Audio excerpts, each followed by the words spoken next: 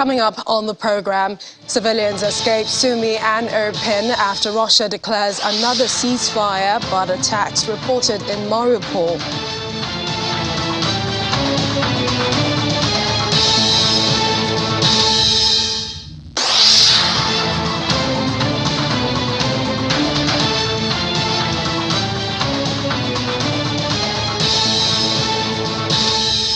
UN refugee chief says the number of people fleeing Russia's offensive has reached 2 million.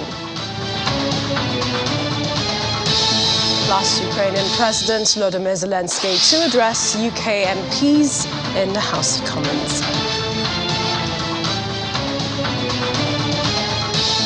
Hello and welcome to the program. I'm Millicent Walker. Here's what we know so far. Day 12. Ukrainian officials say civilians are being evacuated from the besieged areas of Irpin near the capital, Kyiv, and northeastern Sumy. Russia has declared another ceasefire and says a string of humanitarian corridors have been opened.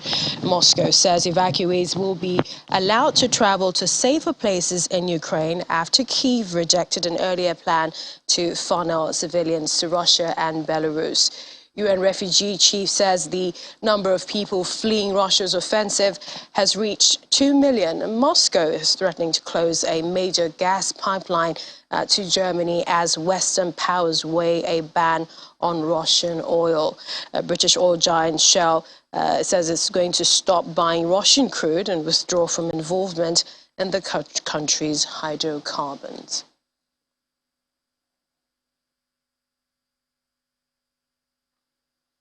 We'll bring you more of that report a little later. But less than 2 weeks into Russia's invasion of Ukraine, and the country's people and armed forces have mounted a staunch resistance against Russia's forces. Russia is seen as having made less progress than it expected. Still, analysts say Russia is likely to win in Ukraine and have drawn out various scenarios for what comes next. Well, according to and that's, of course, what a lot of people are saying. But let's find out what Professor of International Law and Diplomacy, erudite scholar, is retired, but he is definitely not tired. Professor Akin Ibode, he joins us now from Lagos virtually. Thank you for joining us on the program. You're welcome. Professor, what do you make of Russia's assault in Ukraine so far? Was this also an invasion that you anticipated? Well, actually, the Russian invasion into the Ukraine is most unexpected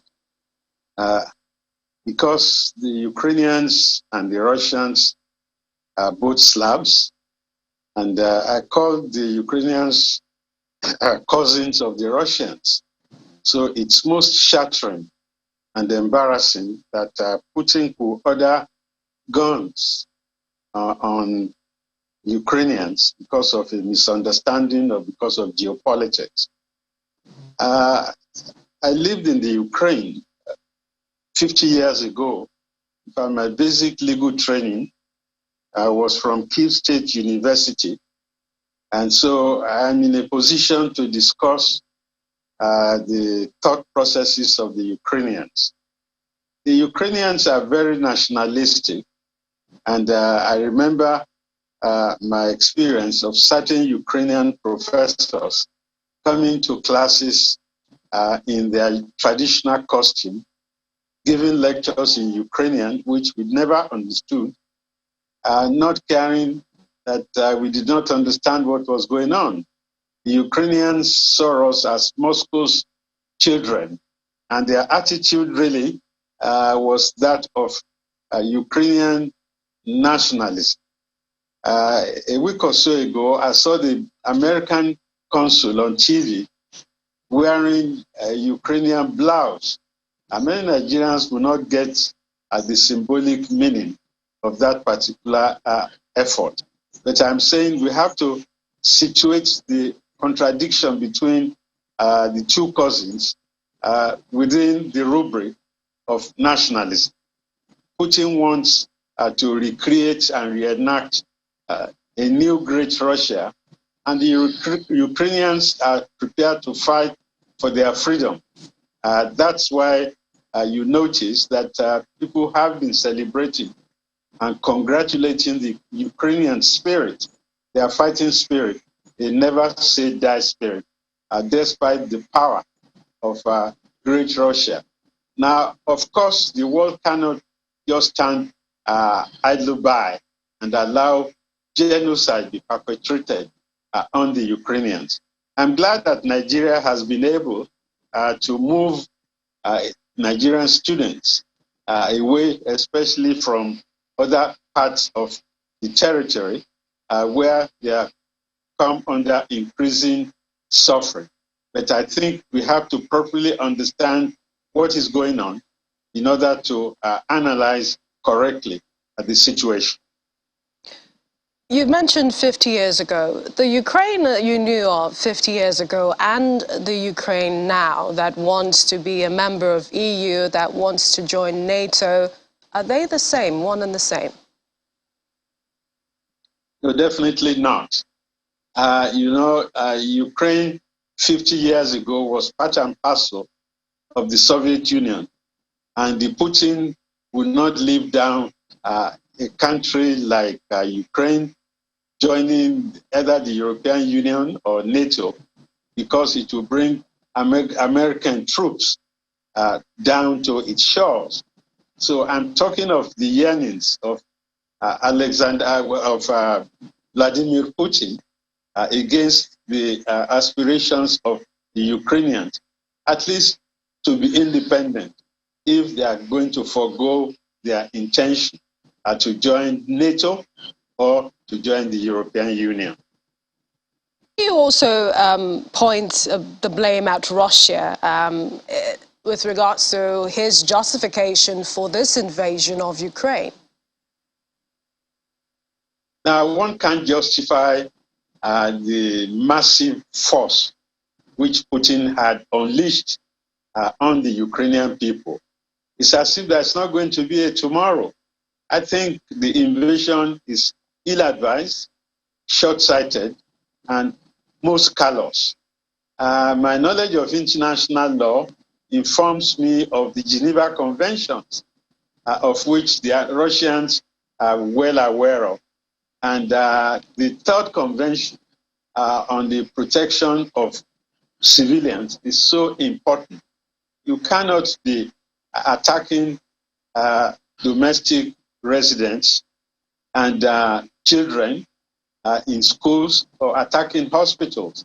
I mean, war anywhere is a horrific situation. But what the Russians are doing is definitely without bounds.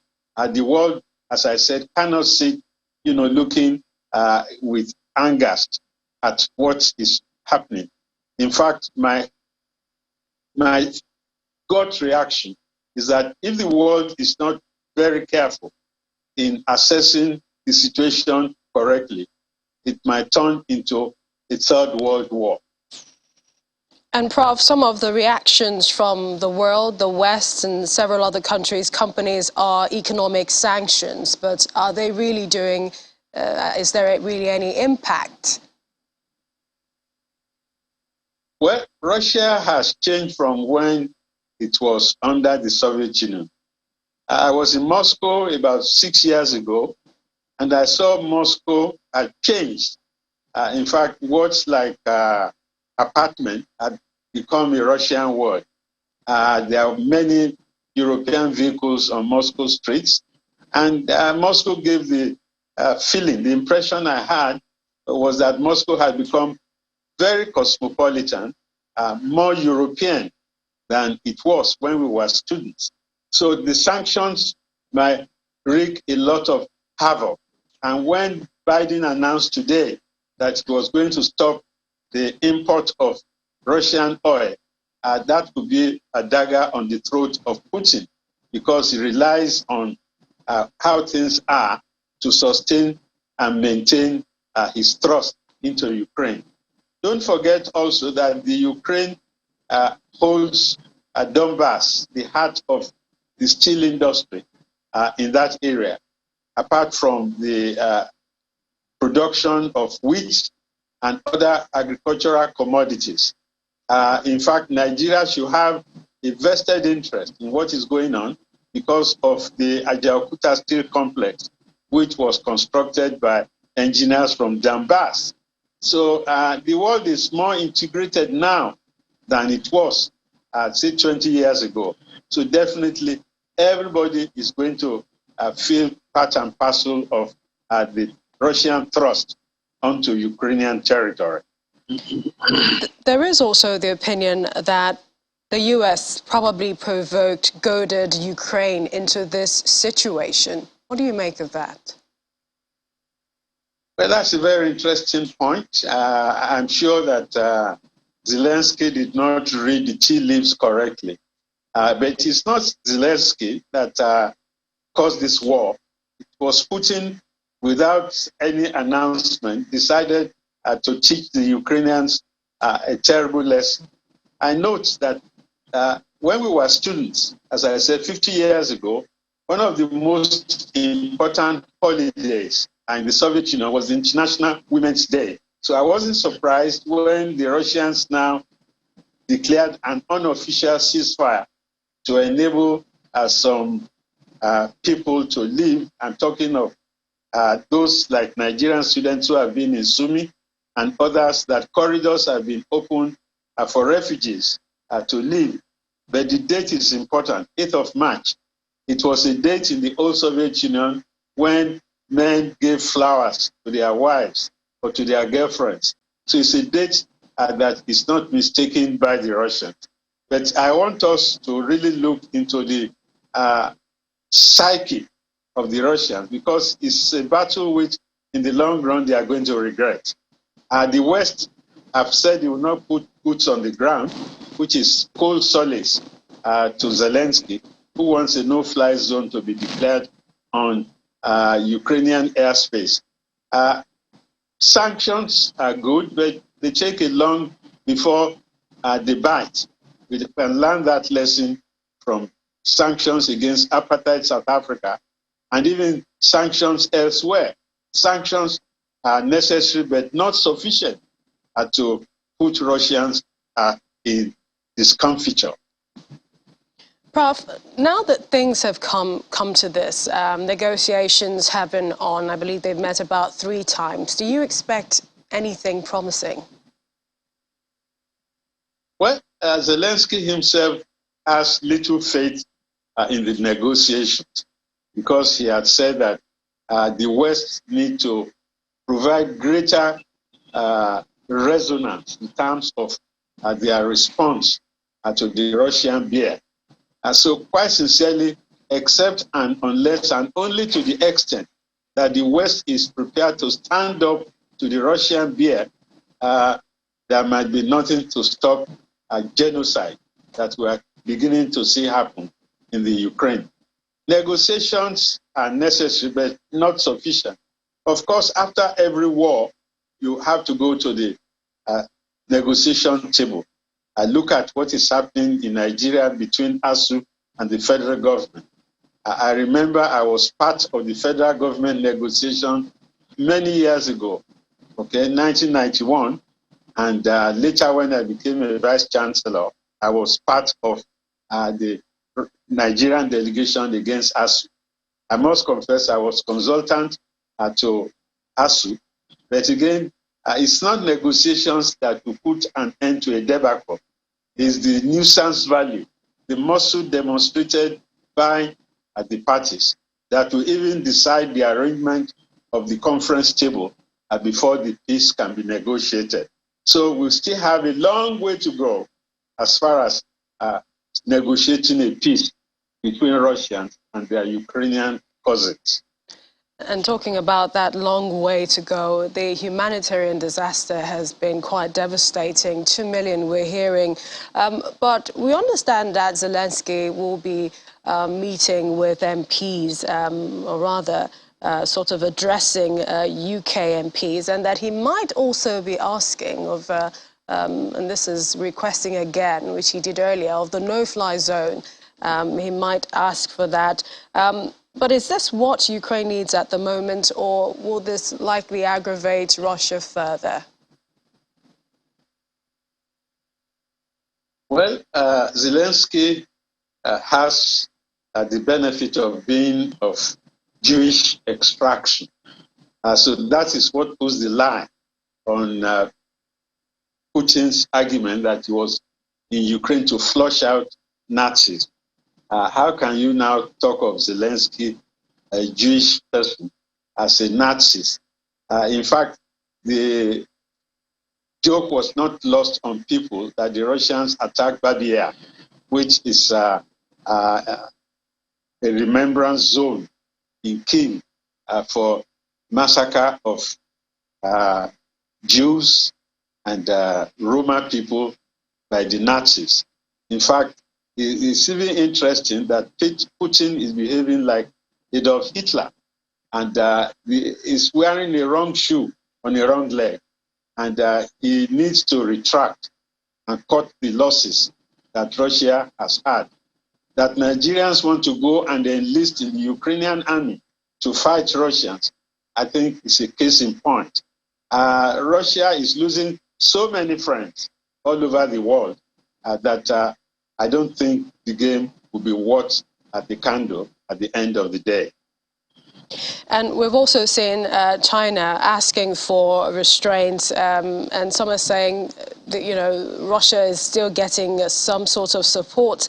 Are you surprised by that posture? I mean, where would you say that China's interests lie in this whole crisis?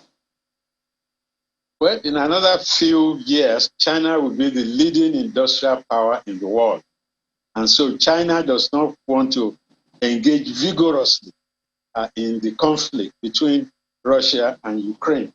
Russia has lost a lot of clout because of its expulsion from SWIFT, and the muscle of the Chinese internationally is sufficient a shoulder for the Russians to lean on. So my take is that the Chinese will adopt a neutral attitude, but then they will not want to antagonize Vladimir Putin. I was in China a few years ago, and I noticed that China had become a great power, economic power. They had Mercedes, they had all sorts of things that we did not expect. Solar power, almost every house in Zhuqiu, the city we went to, had solar panels on their roofs. So China has become a power that is unstoppable. And the Chinese have to do their calculus well. The Americans are their rivals. They think they will overtake the Americans pretty soon, and they will do anything to sustain the momentum of their progress. I mean, China is a superpower, a global power, and a space power. China has all sorts of collaboration with the Russians. Ukraine might be a sacrificial lamb, you know, in this global chessboard. Ukraine, unfortunately, is going to lose the war if the Russians unleash their full power. That is why I'm really a little bit worried about not launching ourselves into World War III. I don't know if the Chinese are thinking of that scenario, but as Nigerians, we have to think of multiple scenarios. It's not enough to evacuate Nigerian students from Ukraine. When I saw those niggardly students scrambling out of Ukraine, I reminded myself of 50 years ago when we were students in Kyiv, and things were not that horrible. But the horrific scenes we are seeing in different cities, Chernobyl, in fact, places in Donbass, Mariupol, and of course, Kharkiv. We have graduates from the University of Kharkov in the universities teaching. I have professor friends who studied in Kharkov and Odessa. When those of us who read international law were sponsored largely by the Nigerian Institute of International Affairs to go and study international law in Kyiv. So I suspect that the Chinese will not want to get involved vigorously, although China will be looking at Western reaction as a lesson to them in case they decide to gobble down Taiwan. So that's a scenario we cannot discount. All right. Professor Akin Ibode, Professor of International Law, Diplomacy, we appreciate your time, your expertise. Thank you for joining us on the program. You're most welcome.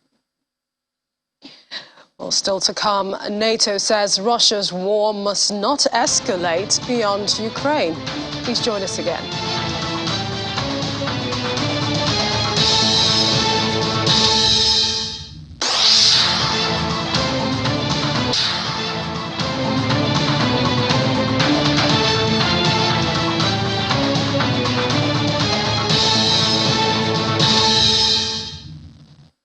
Welcome back. Nigerians in Sumi are being evacuated from the Ukrainian city as Russia and Ukraine agree to organize a humanitarian corridor to allow civilians escape from the city, partially encircled by Russian forces and heavy shelling.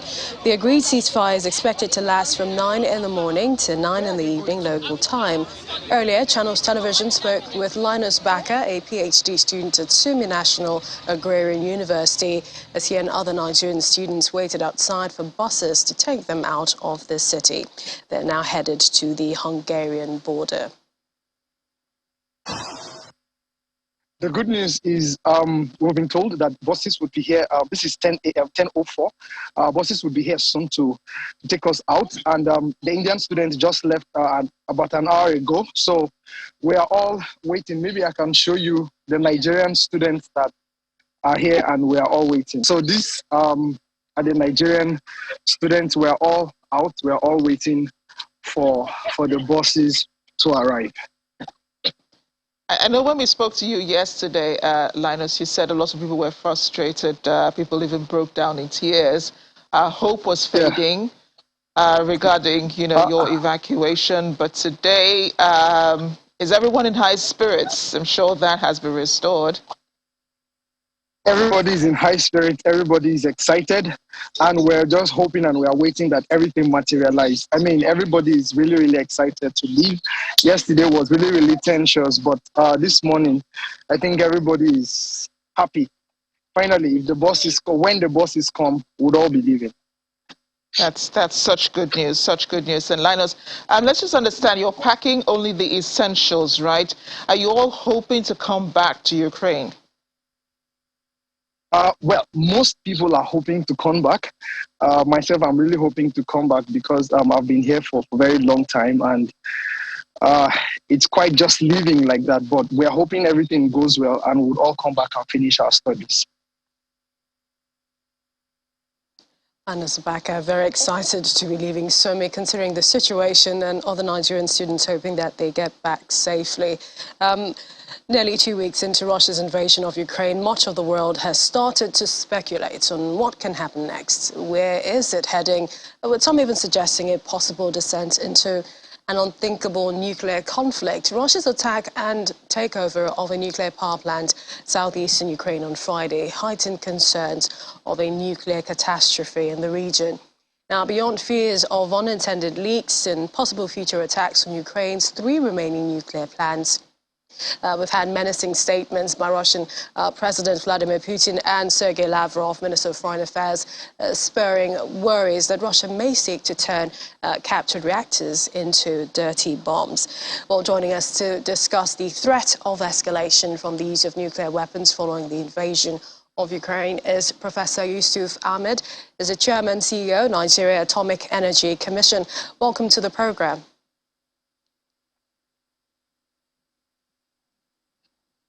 Professor, if you can hear me. Thank you very much for having me. All right. How far do you think Vladimir Putin is willing to go in this war? Is there a real possibility of this escalating to a nuclear one? Yeah, thank you very much. I think if we can start discussion about the nuclear is safe across the world, there is a gentleman understanding to the fact that nuclear weapons, yes, you can have them, but utilizing nuclear weapons in a war is something that internationally there is agreement, there are conventions that many countries ratified, including the Russian itself. So the Geneva Convention, Article 56, particularly ban countries for attacking nuclear facilities, and also there are non-nuclear proliferation treaty that says people cannot use nuclear weapons and also cannot produce more nuclear weapons. But I think what Russia is trying to do, if I can categorically say, is that he's sending a signal to his opponents, to the fact that if you push me to the wall, I may resort to nuclear. But I think Russia is one of the biggest nuclear countries. In fact, when they occupied the reactor, the nuclear power plant there, it occurs to me that they are trying to also occupy the reactor from the safety point of view. Because if you look at that, that reactor is one of the biggest in Europe, and it has 6 units of reactors there, put together almost 6,000 megawatts of electricity that is being generated there.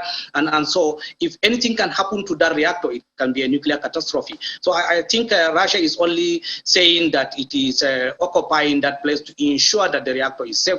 And we have seen what happened in Chernobyl, and this reactor is like 6-fold to the Chernobyl reactor. So I think there is no much concern about nuclear war for now. But I think if we are not praying, if the thing escalates, it may lead to the fact that there may be challenges across the entire world.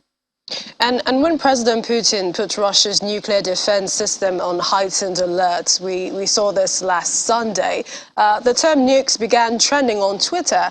And a lot of people were wondering if we are now living in a nuclear threat with the invasion. But also, seeing as the seizure of the plants, the nuclear power plants in Zaporizhzhia, what do you think might likely happen? And this is with the world that is still yet to get rid of nuclear weapons. Yes, if you look at the whole scenario that is evolving around Ukraine today, you find out that Ukraine has about 4 nuclear stations, 2 in the utmost north and then 2 down south. Now, what happened recently is because the advancement of Russians is through the south, and thereby meeting Chernobyl by the side, and then also meeting the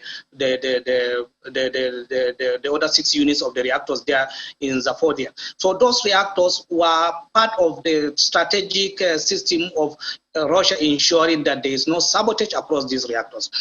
Remember also, I want to inform you that Russia is not in his own interest for this time now to say that it advanced the issue of nuclear attacks. Because if you look at the wind direction, it is towards Russia. So most of the time, if there is a nuclear incident, the cloud and the dust of the nuclear accident will follow the wind direction. So I think strategically Russia is trying to safeguard nuclear facilities to ensure that no saboteurs that can attack those facilities. However, the concern about putting his people, his military on alert about possible nuclear attack, yes, one can understand from the angle to the fact that if peradventure the European communities and the West try to attack Russia in another dimension, maybe that is an option. But I am sure for either Europeans or America may not attack Russia using nuclear, whatever the circumstance. I'm sure because of the treaties and also conventions and also agreements that were signed by both parties. So I think these are Western countries and these are civilized countries, and I'm sure they may not contemplate that, because the catastrophe, the impact will not only stop in Russia and Ukraine, but it will go into countries that are innocent, into people that are not parties to the war. So I think there is no much concern about that. But if peradventure any one of them use nuclear, then the disaster is going to be too much. Yes, but Prof, should the world get rid of nuclear weapons? Because you know that sometimes they're very likely to be used by accident, there could be a miscalculation or even mistake. Yes, I agree with you. You see, when we are talking about nuclear, there is peaceful angle and there is non-peaceful angle. But the non-peaceful angle, which is for the military purpose, I think the world have all agreed to get rid of those ones. In fact, there is issue of convention on disarmament, and most of the countries that have the nuclear, about 9 of them who has the nuclear warheads, they have agreed that they are going to do a graded approach and systematic approach to disarmament. But that is not being done so fast as expected. People have engaged different countries, both nuclear owners and non-nuclear warhead owners, to ensure that this disarmament happens. We are targeting to the fact that we can go into a world with 0 nuclear warheads. But I think before that is being done, there is a gentleman agreement that those warheads will remain in their facilities without being utilized across the world. But those gentleman agreements could also be broken, and essentially the question is, anybody gets hold of it, anything can happen. But I mean, this is the first time a military conflict is happening amidst the facilities of a large established nuclear power program. Some people might be wondering, especially in Africa, how is the continent, Nigeria, also affected by the likely scenarios from what's going on in Ukraine? So there are 2 or 3 likely scenarios if one can look at it. For a nuclear weapon, it can be utilized as a projectile to be sent from any other launching country to another country or region. It can also be utilized as a submarine, which can be launched from the sea to any target area. But it can also be used using a plane that can go and drop it in the target areas. But whichever that happens, you see, when there is a nuclear release, many people, all the communities, environment, and the people around those environment can be contaminated. 1. 2, you find out that the wind direction will take the dust and the radiation and all these things to far distance as far as the wind can go. And then 3, you realize that in Africa, because of our proximity to Europe, if an attack is on European continent, it may lead to the fact that the wind direction may come towards sub-Saharan African countries. And that is why the problem is the environment, the people can be contaminated, and definitely there are issues concerning radiation when it enters human body. And I don't want to be too technical, but so many issues may come up, and I think cleaning and also medical assistance that may be required. So not for now, because the incident can turn positive or negative. But I am assuring you that there are no much concern. The major concern is European countries. I think if there are going to be any launching from Russia, it may be targeting European countries. And in retaliation, the European countries may also target Russia and its allies. So the catastrophe may end up being a world war, but we are not praying for that. But I think technically speaking, there are a lot of implications if any of the nuclear warhead is released. All right. We also understand that, I mean, a number of countries are still, getting nuclear plans, still gathering that. And some might wonder, where is Nigeria in the mix of this?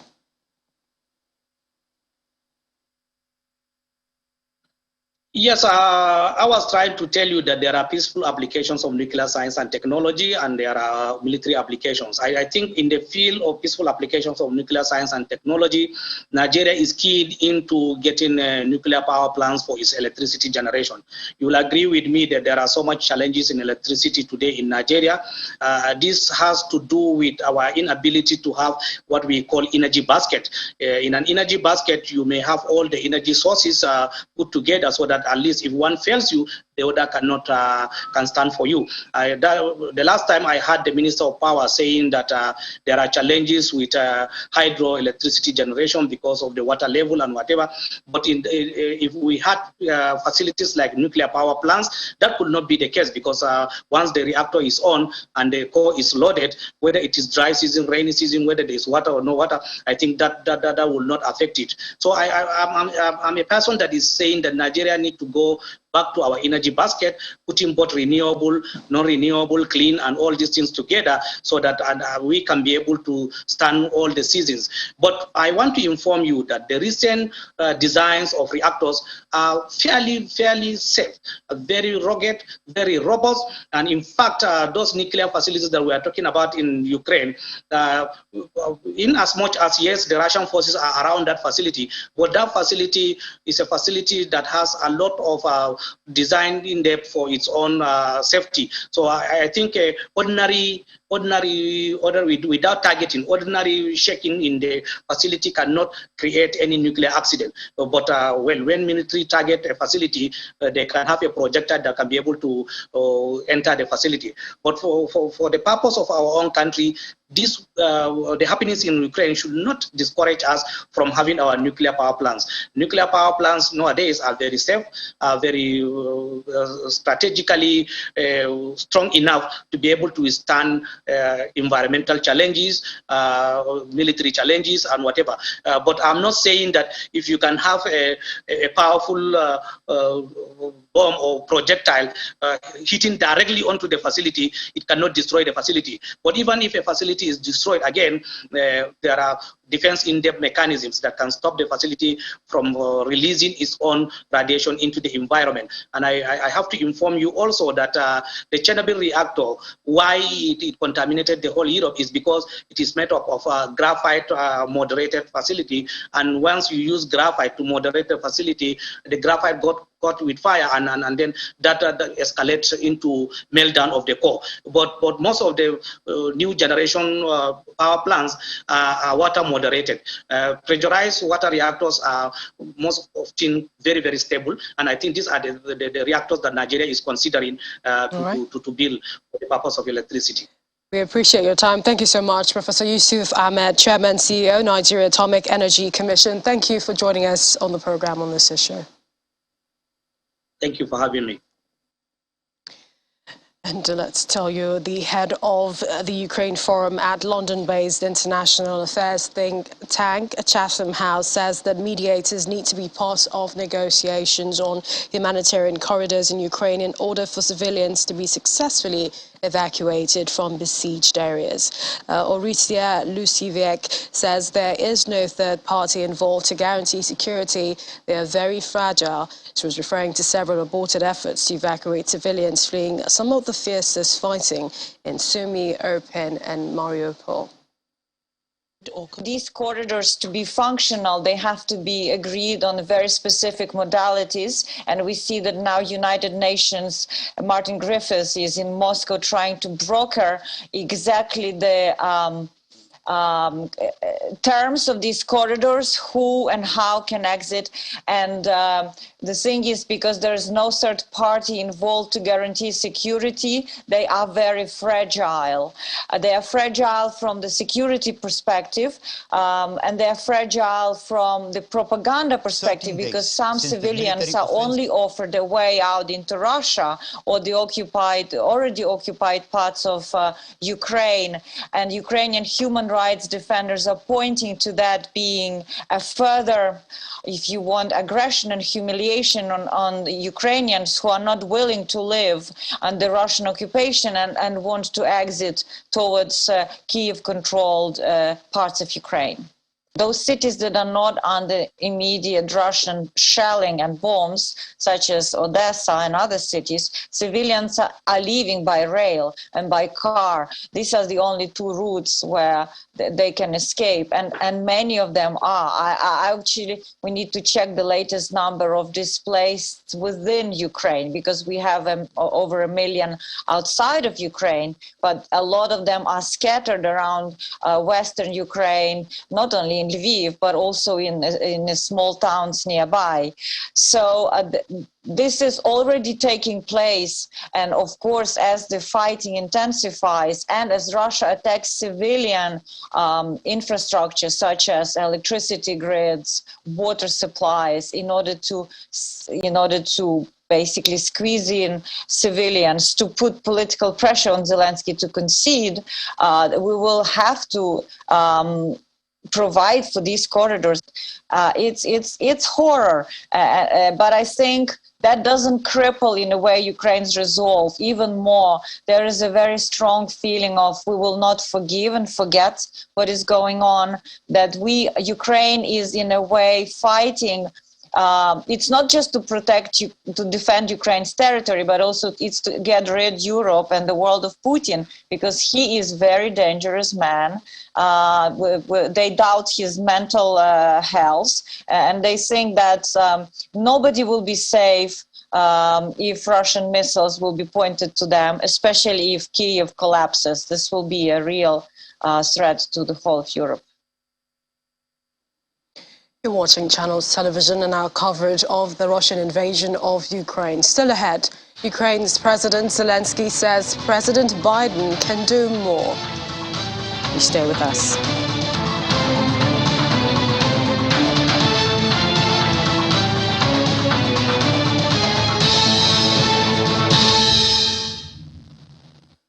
NATO's Secretary General says the alliance's responsibility is to ensure the conflict between Russia and Ukraine does not escalate and spread beyond Ukraine. Speaking alongside Latvia's President Igors Levits at Riga Castle, Stoltenberg said Russia's invasion is causing horrific suffering and must not be allowed to spiral out of control. Ukrainian President Volodymyr Zelensky is due to address British politicians via video link in about 10 minutes, 6 p.m. As his country battles the Russian invasion. Mr. Zelensky's speech will be broadcast to MPs in the Commons using TV screens being installed in the chamber. Members of the House of Lords are also expected to watch from the public gallery. But meanwhile, President Volodymyr Zelensky has said the United States President Joe Biden could do more to help Ukraine. And he urged Americans to reflect on what freedom means. In an interview with ABC News, Zelensky pleaded with President Vladimir Putin to end hostilities and appealed again for the setup of a no-fly zone over Ukraine, which Russia invaded by land, sea and air on the 24th of February. NATO has so far rejected Ukrainian calls to help it protect its skies from Russian missiles and warplanes, wary of being dragged into Moscow's war on its neighbor.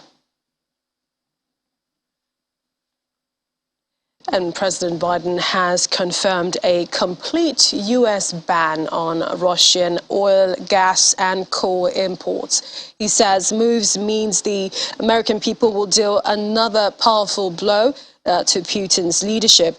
He adds, we will not be part of subsidizing Putin's war.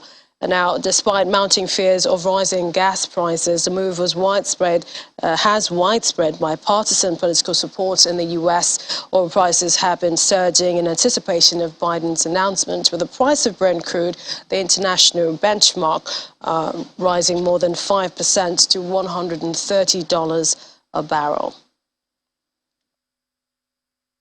Our Washington correspondent Maria Bird joins us now with the latest. Maria, let's begin with the statement from Zelensky in his interview with ABC. And this is urging President Biden to do more. What's the reaction in the U.S.?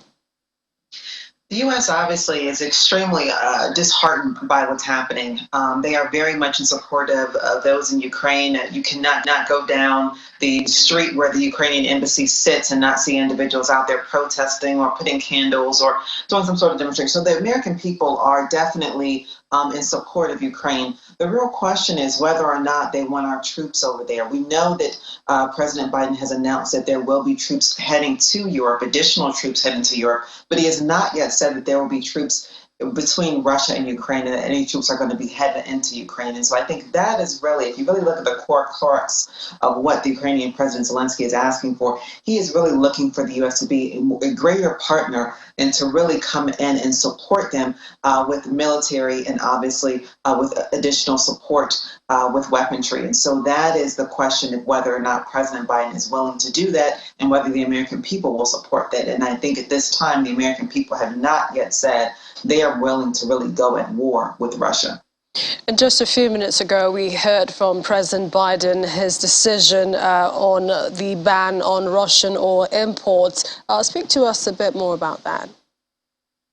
Well, Russia has traditionally made up about 8% of our crude oil and our energy that we bring in. And so last year it was just 3%. And so President Biden believes that we can unilaterally move forward with cutting that artery off for Russia without greatly impacting the U.S. We know the U.S. is right now struggling with rising gas prices, but it is expected that that will not necessarily put a greater impact on the gas prices that we're not already seeing. And so due to the limited percentage of that oil and that is being transported into the U.S., the president has said this is another way to let Russia know where we stand, and for Russian President Putin to understand that the U.S. is definitely in support of Ukraine. But I don't know if that's really enough for Ukraine at this time, if that's really all they want to see is additional sanctions.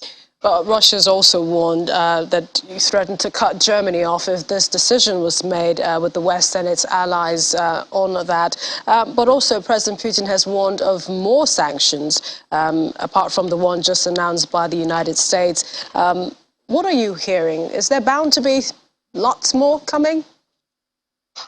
We could. We know that many of our leaders that deal with foreign relations in the U.S. are definitely looking to see what else can be done. We know that many of the sanctions that have been put forth before are really going to be long-term impacts. We're not going to see the immediate impacts. I think the hope of today's sanction is that it will be more immediate for Russia. And so we probably will continue to see whether or not it's, as we know, with airlines, just everything coming in that the U.S. now imports from Russia, we can probably gradually begin to see that not occurring over the next few months if we continue to see this type of invasion and the type of bombing and harm to the Ukrainian people. And finally, Maria, we know that Ukraine and Russia have been attempting to hold talks, ceasefire talks. Is the U.S. in any way involved in these negotiations? The U.S. is obviously involved in some way. The U.S. has been a leader, I think, with this whole process ever since the beginning, before people even thought there was the possibility of an invasion by Russia to Ukraine. So the U.S. is involved, but again, the U.S. has really taken a supportive role, and I think the real question is, because the U.S. president has come out before and stated that this was not something the U.S. will support, is support enough? And should there be greater impact and greater work from the U.S. to ensure that this war and this invasion does end? Our Washington, D.C. correspondent Maria Bird, many thanks for that update. Okay. Well, the war between Russia and Ukraine entered day 13. Ukrainian officials say civilians have been evacuated from Irpin, Sumy, after Russia declared a ceasefire and opened humanitarian corridors. Let's look at the highlights from today. Ukrainian officials say civilians are being evacuated from the besieged areas of Irpin, near the capital Kyiv, and northeastern Sumy. It comes after Russia declared another ceasefire and said a string of humanitarian corridors have been opened. Moscow says evacuees will now be allowed to travel to safer places in Ukraine after Kyiv rejected an earlier plan to funnel civilians to Russia and Belarus. However, Ukrainian officials say an evacuation route of the southern city of Mariupol has come under fire. In the past few days, several evacuation plans have collapsed amid continued Russian attacks. Officials say at least 21 civilians, including 2 children, were killed in a Russian airstrike on a residential street in Sumy late on Monday. The bodies were recovered by emergency services early on Tuesday in searches that are ongoing. The UN Human Rights Chief has called for civilians trapped in active hostilities in numerous areas of Ukraine to be able to leave safely. Since the Council urgent debate, the number of civilian casualties has continued to grow. I'm deeply concerned about civilians trapped in active hostilities in numerous areas, and I urge all parties to take effective action to enable all civilians, including those in situations of vulnerability, to safely leave areas affected by conflict. According to the United Nations, the number of people fleeing Russia's offensive has reached 2 million. The UN says it's the fastest exodus in modern times. More than half have headed to neighboring Poland, while Hungary and Slovakia have welcomed in excess of 190,000 and 140,000 people respectively. I didn't want to change my country, to leave my country, because we have a happy family, happy life. And now our family is separated, and also I hope that everything will be okay, but I don't know. I think help of other country is very important for us, really. It's really good, but we really want that NATO close Skype on Ukraine, because Russia kill our children, our parents. And on sanctions, Moscow has threatened to close a major gas pipeline, the Nord Stream pipeline, to Germany, as Western powers weigh a ban on Russian oil. British oil giant Shell has also announced that it will stop buying Russian crude and withdraw from involvement in the country's hydrocarbons.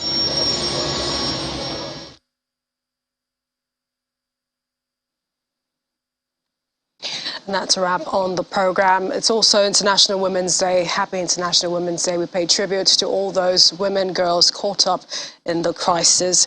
Thank you for watching. I'm Millicent Walker. Have a good evening.